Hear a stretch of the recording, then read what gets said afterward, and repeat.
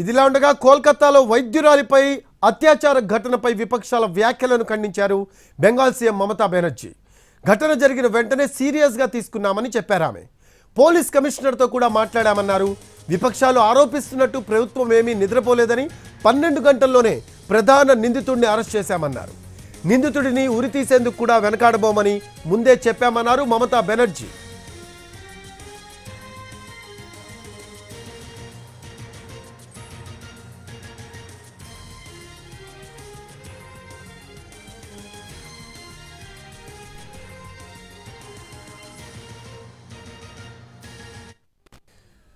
కోల్కతాలోని ఆర్జికర్ ఆసుపత్రిలో trainee lady doctor అత్యాచార ఘటనపై కాంగ్రెస్ నేత రాహుల్ గాంధీ స్పందించారు.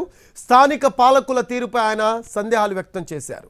నిందితుడిని కాపాడేందుకు ప్రయత్నిస్తున్నట్లు తెలుస్తోందని అనుమానం వ్యక్తం చేశారు. ఆయన మెడికల్ కాలేజీలో డాక్టర్లకే భద్రత లేకపోతే తల్లిదండ్రులు తమ కూతుళ్లను బయటకు ఎలా పంపిస్తారని ప్రశ్నించారు రాహుల్ గాంధీ.